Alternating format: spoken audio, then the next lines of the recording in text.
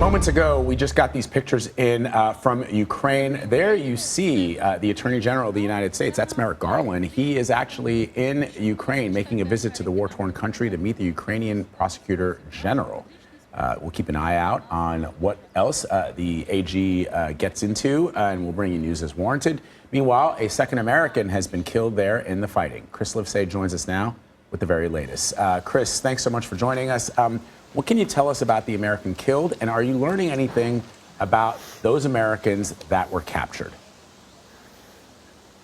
Good morning, Vlad. The American who was killed, his name is Steven Zabielski. He's 52 years old, originally from New York, but had been living in Florida before he came to Ukraine, where he was fighting with a group of foreign fighters, among them other Americans. We're told that he stepped on a landmine, or rather a landmine killed him in some way. It happened last month, but it was only just recently reported. He's the second American to die out here, both of them former military, just like those two Americans who were captured recently by Russian forces. Now, the press secretary for Vladimir Putin is saying that they won't be treated with the protections of the Geneva Convention because he called them soldiers of fortune. I believe you have some video to go with that. Here you have Mr. Peskov speaking.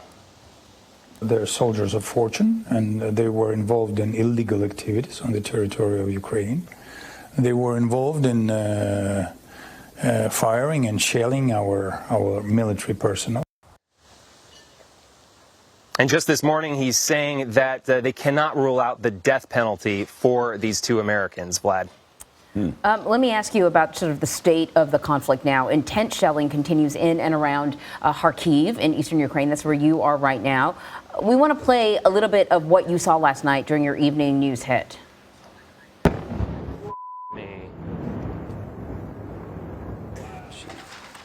All right. So, tell us more about just what you're seeing and what you're hearing.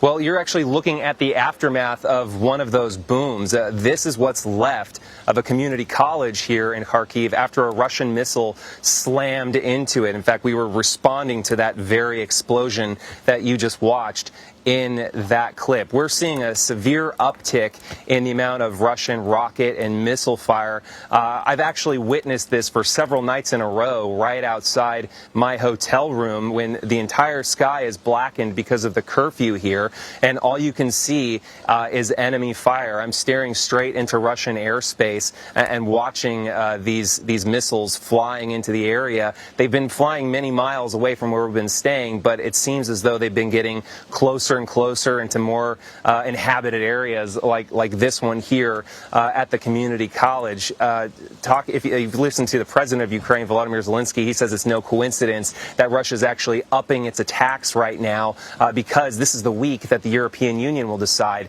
if Ukraine gets to become a member. Emery?